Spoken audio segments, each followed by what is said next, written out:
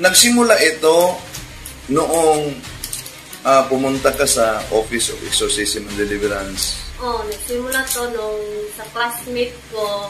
Dinala niya ako dito. Ano yun ba? Panyabot ko. Ano yun? Panyabot ko.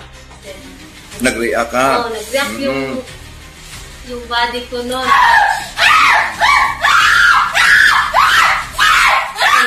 Ang bigat. Then, nagsimula na kayo mag-pray sa akin. Tapos, pinipray nyo na ako. Then, hindi ko na alam yun. Basta, alam ko lang na. Nawala na. Nawala yung ano ko din. Pero, tandaan mo ba yun na mainit ang oil? Mainit yung oil.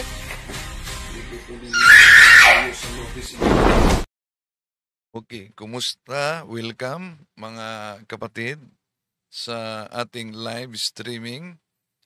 Tatalakayin natin itong kaugnay sa conversion. May mga ngaral din sa Islam na nagsabi na piki daw. Kaya nga pinakita natin yung kanyang birth certificate. Di yan piki. No? Practicing Muslim talaga yan. Pero bakit na siya'y yumakap sa simbahang Katoliko na binyagan, na kumpila na? Samahan niyo. Kasi manalingan, pag palaging inulit-ulit ay magmukha talagang kaguluhanan para sa ating mga kapatid na kulang ang kaalaman. Ang pagkadaya ay maranasan sa iba't ibang paraan. Pero napakasakit pag madaya tayo sa pananampalataya dahil nanganib pati ang ating kaluluwa. Viva Cristo Rey! Pro Dio et Ecclesia! Kumusta at welcome sa lahat nating mga suking taga-subaybay. Inanyayahan natin, huwag kalimutan na bilang suporta sa channel, pindutin ang like at huwag din kalimutang mag-subscribe at pindutin ang bell button para updated kayo, mag-comment at i-share ninyo. Kasi manalingan, sandali muna. Kumusta sa lahat? Grabe, ang lakas ng uwan ngayon dito, no? Welcome sa ating live streaming mga kapatid. Galing ako sa renewal ng lay minister kanina at may nakilala ako na si Bro Constantino Akayan. Sabi niya si Dr. Vito Cavainero, palaging nagsubaybay sa atin, no, diyan sa Manila. Dr. Vito Cavainero, hello po Doc, at sa lahat na mga nagsubaybay sa atin. Okay, di na natin pa tatagalin pa. Ito ang bahagi sa conversion ng isang Maranaw ito, no? Isang Maranaw na practicing Islam talaga dahil daming mga kinikwento niya kaugnay sa fasting nila, kung lalo na sa gabi na sila'y kakain, dami siyang mga sinishare. No? Ito mga kapatid, ang bahagi sa interview namin. Nagsimula ito noong pumunta ka sa Office of Exorcism and Deliverance. Nagsimula to nung sa classmate ko. Dinala niya ako dito. Ano yun ba? Panyabot ko. Ano yun? Panyabot ko. Panyabot ko. Yung lalaki, Muslim din yan. Yun, pagpasok ko sa office, ang bigat ng pakiramdam ko. Then, parang ayaw ko sumali sa prayer. Panyabot ka.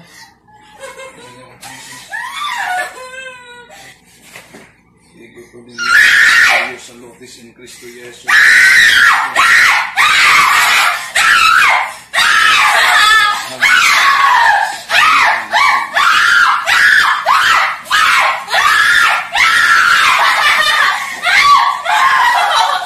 Pero pinasali ako, nag-try ako, then ang bigat talaga ng pakiramdam ko, then Nag-react ka? Nag-react yung body ko nun.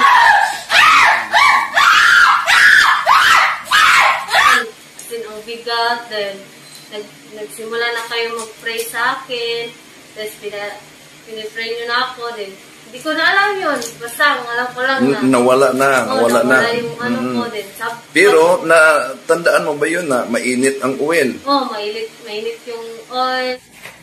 Sige po din tayo sa lotis in Cristo Jesus.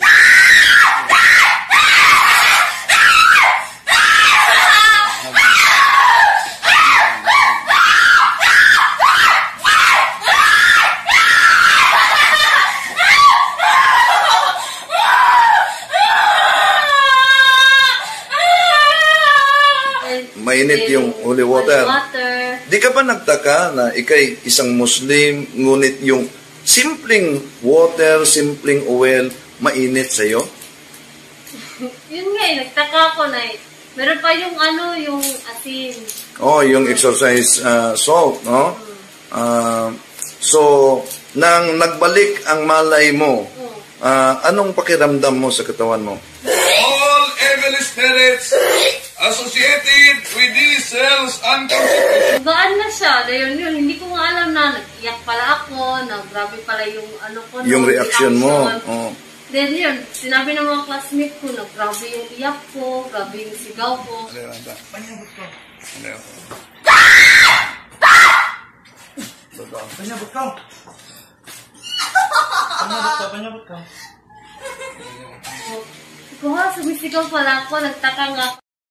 Okay, at isa sa mga nakapahikayat nila, lalo na sa mga kapatid nating Muslim, na bukas talaga ang isipan, yung naganap na debate namin din ni Ustadz Ahmad Barsilon. No?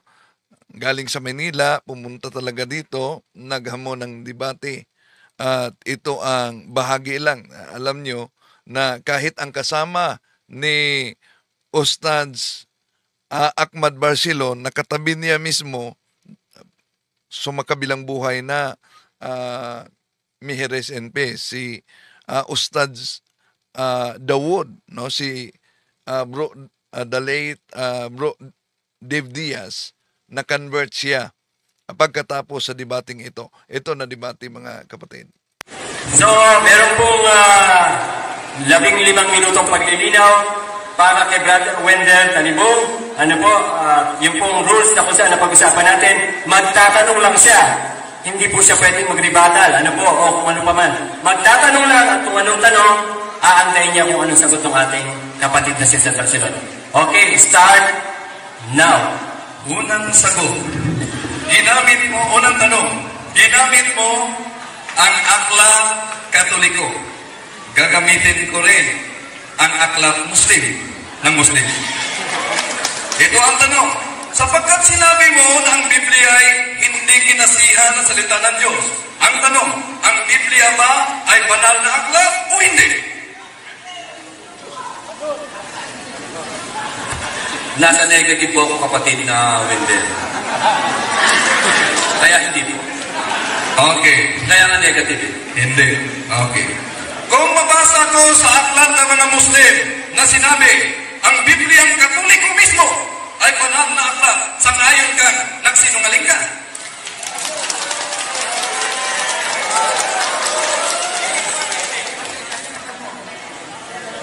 Ginamit namin ang salitang banal, ngunit hindi namin pinaniniwalaan ito para naman may parating sa inyo na may mga kasulatan talaga na nauna pa sa Quran.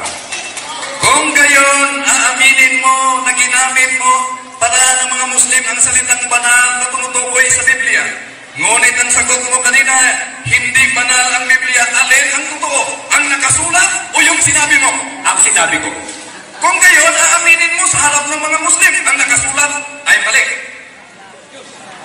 Sinagot na kita, kapatid na Wendell. Sinagot na kita. Ginagamit namin ang pagsusulat para lamang may parating sa inyo na meron kami pinaniniwala ang aklat ng mga nauna pa, natatatawag namin banal. Ngunit hindi yung tinutukoy na Biblia niya na hawak mo, lalong hindi ito. Ang tinutukoy natin siguro na salita ng Diyos na Biblia, yung original na kalagayan nito. At ipag-representa mo yun, maniniwala kami ka. Kung ipabasa ko ngayon sa moderator na ang tinutukoy na banal na aklat ay ang Bibliang Katoliko, sang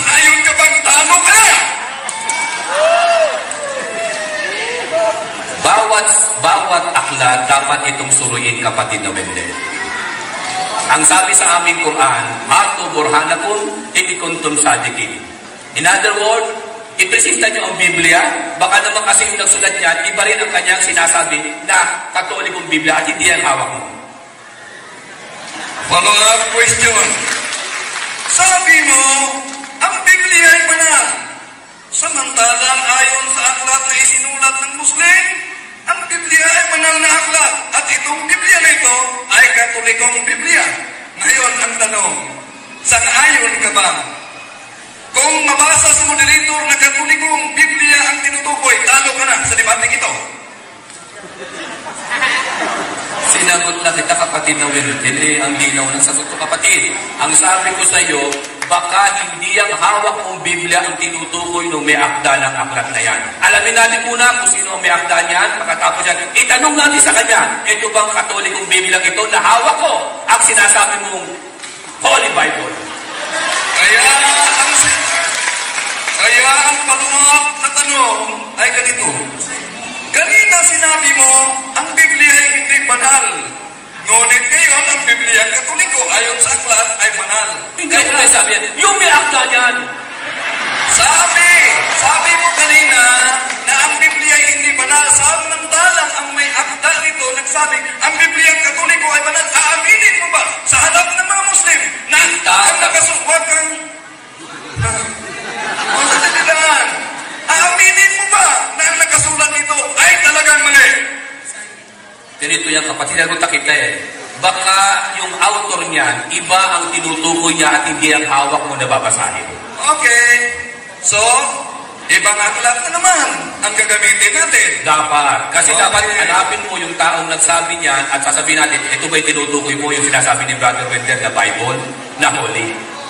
Sabi mo kanina na hindi talaga matanggap ng mga Muslim ang mga Biblia. Kaya ang tanong, lahat bang bahagi ng Biblia ay dapat tanggapin ng Muslim o hindi? Ilang bahagi lang po nito na hindi talagang buong buo, kundi siguro baka 0.001%. Okay. Kung mabasa ko naman ayon sa aklat ng mga Muslim na lahat ng bahagi ng Biblia ay dapat tanggapin. Sang-ayon ka ba na nagkamali ka? Uulitin ko na naman sa'yo, kapatid na Wendell Alamin natin dun sa author ng aklat na binabasa mo, kung yung bang sinasabi niyang Biblia, yung babasahin mo.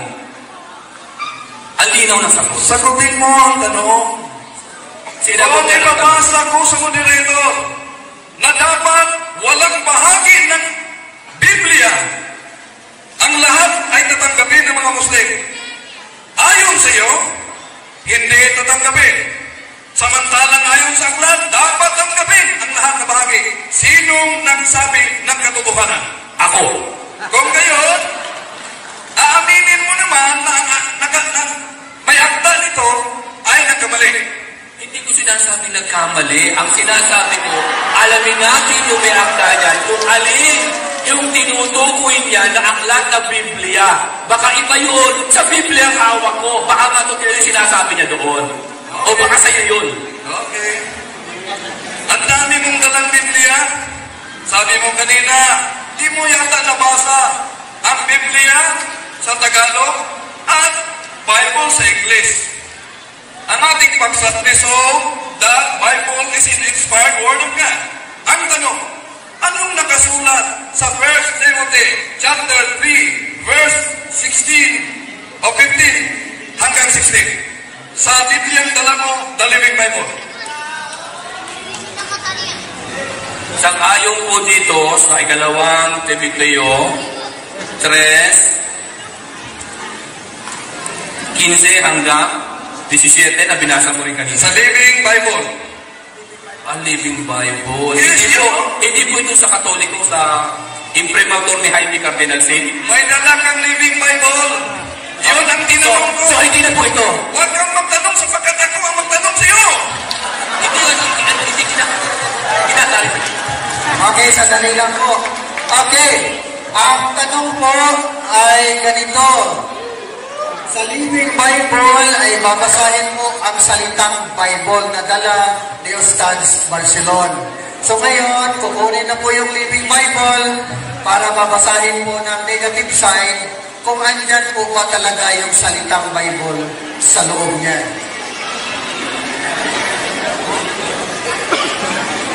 Konting katahimikan lang po, ha? Konting katahimikan lang po. Hindi po nakakapag-concentrate yung mga gwapo nating mga debate lang po. Tahimik lang.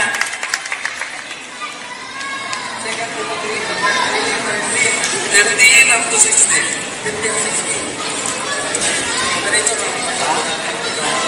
Hindi ako na. Ito po ang pagkakasabi sa Living Bible with paraphrase. The whole Bible was given to us by inspiration from God and to make us realize what is wrong in our lives. It straightened us out and helped us to do what is right. Tanong, sang-ayon ka ba ng ating paksa ay nabasa mo sa Biblia ang dala mo mismo?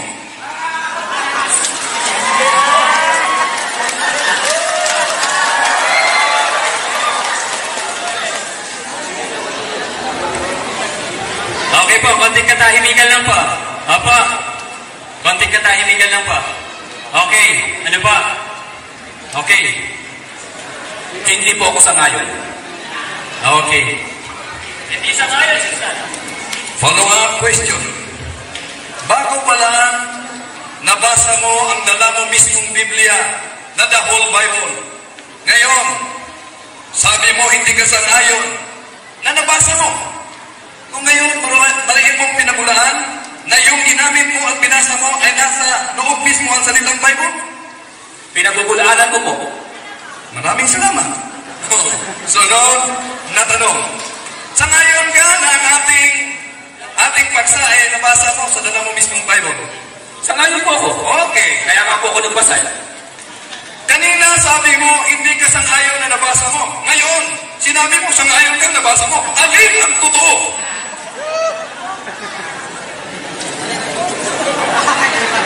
Ako nga nagtanong sa inyo yan eh. Alin ang totoong Biblia? Ito ba o noon eh? Bakit pinabalik sa akin? Objection na rin. Ako ang magtanong, siya ang sasagot. Sige. Okay, tanungin po ang sagot. Ako nga po ang nagtanong noon, moderator. Bakit niya ibinabalik sa akin? Alin dito nga ang totoo? Okay. Kasi ngayon, siya ang tatanong, ikaw ang sasagot. So, mamaya na yun sa komentary ninyo. So, ang tanong, ulitin para masagot ni Ustads. Sabi mo kanina, kapatid na Ustads, hindi ka sang-ayon na nabasa mo ang salitang Biblia sa hawak ng Biblia. Opo. Ngunit, sinabi mo naman na sang-ayon ka nabasa mo ang ating paksa. Opo. Alin ang totoo? Nabasa mo o wala? Nabasa ko. Okay. Very good. Sunod na tanong. Bakit very good lang? Huwag kang magtanong. Ako pa magtanong sa'yo. Baba kasi. Okay. Sabi mo, ang Biblia ay essence, hindi siya salita. Ito ang tanong. May mabasa ba sa lahat na Biblia na dala mo na ang Biblia, pati na yung aklat katoliko, ng Biblia ay essence lang, hindi salita? Kung may mabasa ka, talo na ko! Kapatid na Wendel, ang sabi ko sa iyo, hindi yung mababasa. Ang sinabi ko sa aking pananalita, hindi ito nagpapatunay na ito ay salita ng Diyos. Kundi ito ay may diwa lamang. Diwa sapagkat ang orihinal na salita ng Diyos ay ipinahayag sa orihinal na lingwahe. Follow-up question. Hindi ko tinanong kung ano ang interpretation. Ang tanong ko, may mabasa ba sa naturang mga aklat, pati na isali mong aklat ng Katoliko, sa iba't ibang Biblia, na ang Biblia ay diwa lang. Pag may mabasa ka, talo na ako, mag-Islam ako. Wala ganon, kapatid. Kung ngayon, ang sinabi mo na ang Biblia ay diwa lang, sangayon ka, na sinabi mo yun na walang batayan. Hindi po batayan yun, kundi nakikita po natin, diwa lamang talaga eh. Pag sinabing diwa, hindi ito ang original niya, kundi nagpapahayag lamang ito na maaaring galing ito sa salitaan ng Diyos, na original niya. Kaya nga diwa ang tawag doon. Palitan ko 2 minutes, 54 seconds. We have 2 minutes only. Sa ibang debate mo, Ustads, napanood ko yun Ang galing mo talaga. Pero sinabi mo sa harap ng mga Muslim at mga Kristiyano, ang salitang Biblia ay hindi mabasa sa loob ng Biblia. Ang tanong, panindigan mo ba yung salita na yon hanggang dito? Mananatili po yan hanggang sa katapusan ng mundo. Okay. Kung ngayon, alam mo ba na sa Bibliang Grego, ang salitang Biblia ay mabasa natin sa loob mismo ng Biblia? Sa Bibliang Grego po, maaaring may tawag po ng Biblos. Kung may mabasa tayo, ipabasa natin sa mundo nito na hindi Biblos, Biblia mismo, sangayon kang talo ka na. Hindi ko po sinasangayunan na ako'y talo. Ang sinasangayunan ako, may mababasa, ikaw naman. Sapagkat yun mismo, ang tinanong ko siya kanina, kung meron ba dito sa mga aklat na ito, at mamay papaliwanag natin. Sa Grego ba, kapatid ng Ustads, ang nalaman mong nakasulat sa loob mismo ay Biblos lang, hindi Biblia?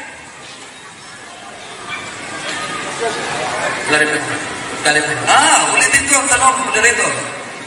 Ibig mo bang sabihin na batay sa Bibliang Grego, ang nakasulat ay Biblos lang, walang nakasulat Biblia? Ta-Biblia siya.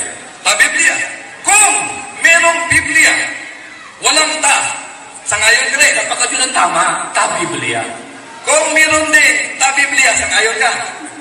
So sa ngayon ka sa nakasulat sa Second Timothy chapter 4 verse 13, and tuwa di malakal po yung kuminus mirikay na Biblia, maliyot na tas Biblianas.